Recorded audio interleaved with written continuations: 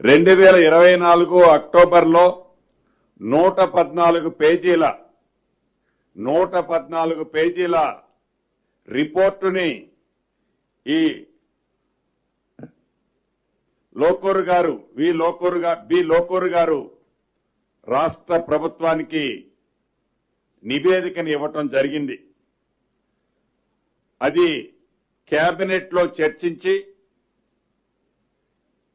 ఆ enquiry రిపోర్టుని advocate general గారికి ఒపీనియన్కి ఇవ్వటం జరిగింది.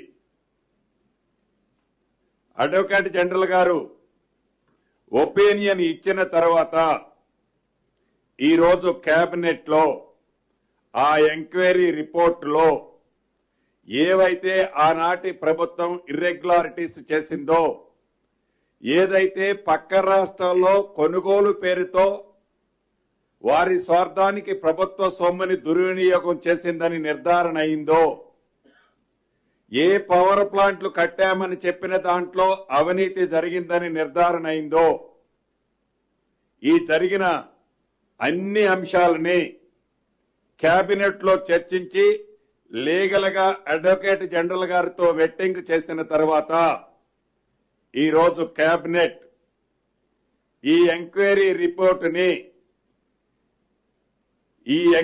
రిపోర్టుని కేంద్ర ప్రభుత్వ సంస్థ అయిన సిబిఐకి హ్యాండ్ ఓవర్ చేయాలని నిర్ణయం తీసుకోవటం జరిగింది.